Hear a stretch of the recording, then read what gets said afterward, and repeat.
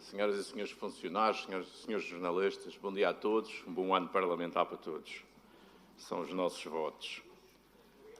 Efetivamente, estamos aqui hoje, Sr. Presidente, senhoras e senhores deputados, para falar de uma matéria que é importante e interessante ao desenvolvimento económico, social, turístico e ambiental da região autónoma da Madeira. E não tínhamos dúvidas que, no contexto nacional e internacional, a região autónoma da Madeira apresenta-se, indelevelmente,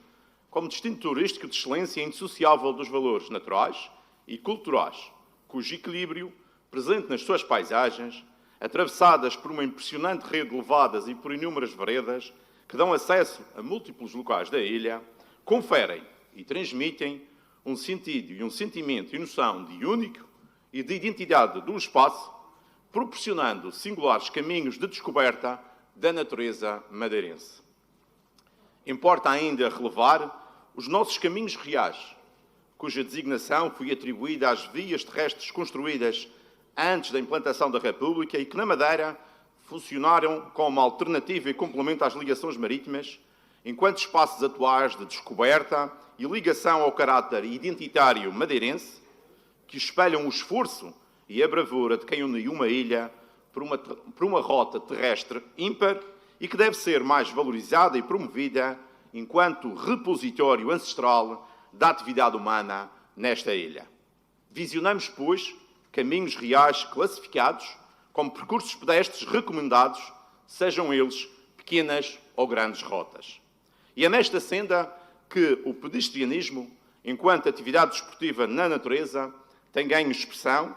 sendo reconhecida a sua importância económica, turística, social e ambiental, e que impulsiona a coordenação efetiva e dinâmica de esforços entre entidades públicas e privadas. Pois, assim, e passadas mais de 2 décadas desde a entrada em vigor do Decreto Legislativo Regional 7B/2000/M, que define o quadro legal aplicável aos percursos pedestres, impõe-se, em nosso entender, adequar as concessões e a arquitetura das soluções, então adotadas aos mais recentes princípios e normas a observar nesta matéria e à crescente procura por esta oferta turística e ambiental. E a dinâmica que hoje se vive no pedestrianismo pode e deve ser reforçada e aprofundada entre entidades públicas e privadas que operam nos diferentes locais, em nome de uma melhor coordenação e valorização de todos os territórios, que é isso que também nos interessa. E é neste contexto que o Grupo Parlamentar do PSD propõe um novo regime jurídico para os percursos pedestres na região,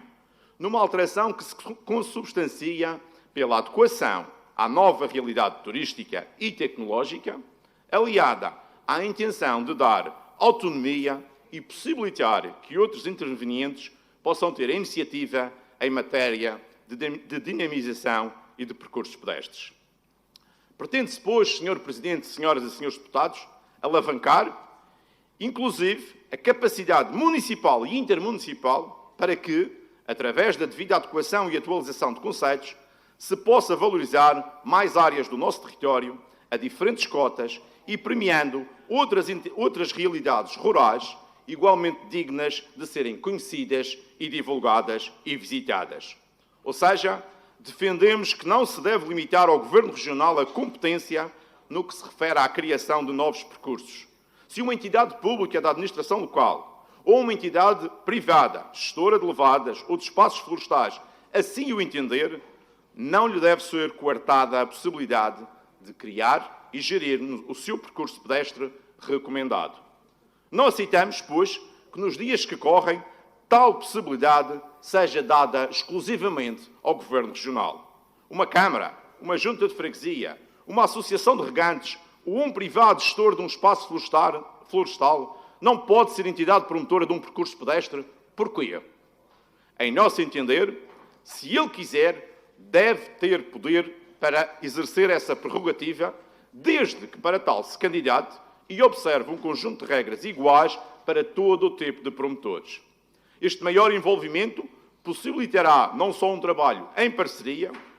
como também uma maior diversificação da oferta regional, que se assume fundamental para a estratégia de desenvolvimento local de cada município e para a sua afirmação enquanto polo de destino turístico por via do pedestrianismo em diferentes cotas, valorizando o seu património rural, natural ou edificado. Todavia, importa esclarecer e clarificar cabalmente que esta proposta não se enquadra numa lógica de transferência de competências para os órgãos de poder local, nem retira competências nesta matéria ao Governo Regional. Os atuais percursos existentes recomendados continuam a ser de competência regional e os novos percursos que venham a existir ou que venham a ser criados serão competência da entidade que os propuser. Trata-se, pois, de abrir a possibilidade a que outros intervenientes, sejam públicos ou privados, tenham condições de se apresentar enquanto promotores e dinamizadores de percursos pedestres recomendados, numa lógica estratégica de desenvolvimento e dinâmica dos seus territórios e de rentabilização do seu ativo patrimonial. E entendemos que, em todos os meios de comunicação e promoção do Governo Regional, terá de estar presente e claro quem é o promotor do respectivo percurso, de modo a que a sua localidade, esse mesmo promotor e a sua realidade seja mais divulgada e mais conhecida e mais valorizada através deste produto. Com a alteração deste regime jurídico, pretende-se explorar novos percursos e atrair mais residentes e turistas aos concelhos, o que se traduzirá em impactos na economia e na sustentabilidade natural, com maiores repercussões ao nível das diferentes localidades. Isto porque se irá potenciar a redistribuição da afluência de visitantes pelas diferentes rotas, aliviando a sobrecarga que se verifica em alguns locais e potenciando o conhecimento de outros percursos e outras paisagens igualmente imponentes na realidade madeirense. Trata-se assim de um diploma que procura responder de forma cabal ao aumento da procura pelos percursos pedestres, compatibilizando essa procura com a salvaguarda do património ambiental, o que se fará com o envolvimento coletivo, conhecimento e atenção de diversas entidades. Paralelamente, entendemos que nos dias que correm, todos os aspectos de conteúdo, sinalização e divulgação, para além de regulamentados e presentes fisicamente no início e no final de cada percurso, têm de estar obrigatoriamente disponíveis em suporte digital para que o caminhante possa, de antemão, descarregar o percurso e preparar-se antecipadamente para a realidade que irá encontrar. A obrigatoriedade do suporte digital promove a segurança, amplia a divulgação da oferta e torna o produto universalmente mais conhecido. Outro aspecto que este nosso diploma veicula é a possibilidade de criação de diferentes estruturas de apoio ao longo dos percursos e de que nas mesmas possam ser aceitos donativos em dinheiro que revertam para a preservação e manutenção do património natural e edificado do respectivo percurso. Uma prática que já é comum em outras paragens e que se abre a possibilidade legal caso o promotor do percurso assim o entenda implementar. Numa perspectiva mais técnica ainda, neste novo enquadramento jurídico, reforçamos e valorizamos o papel da Comissão Técnica de Apoio à Classificação,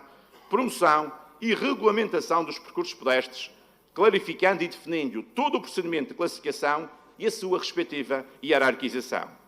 Em termos de participação no processo, entendemos que não podia ficar de fora a representação da AMRAM e da Delegação Regional da ANAFRE, enquanto parceiros primordiais do conceito que pretendemos implementar para a diversificação da oferta regional de percursos pedestres. Isto para além de outras entidades regionais que tenham interesse na matéria em apreço. Clarificamos e explicitamos também os conceitos de pequena rota e de grande rota, que ficam definidos e clarificados, uniformizando-se esta designação com o que já acontece noutros pontos. Senhor Presidente, senhoras e senhores deputados, não se pode ignorar que as características naturais da nossa região, de onde sobressai a idiosincrasia geológica, hidrológica, climática e florestal, obrigam cada vez mais a um equilíbrio que permita conciliar as atividades desportivas na natureza com a necessária política de proteção e de sustentabilidade natural, urgente e premente, nos tempos que correm. É por isso que o uso fruto da natureza e as atividades que daí podem advir, tendo como enfoque, neste caso, o pedestrianismo, têm de ser regulamentadas no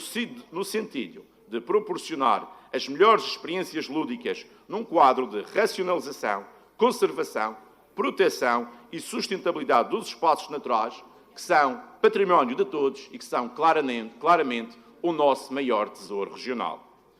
E essa tarefa de regulamentação tem de ser, como as de conservação, proteção e sustentabilidade, uma missão global, à escala local, que hoje aqui reiteramos e que nesta Casa nos comprometemos. Muito obrigado.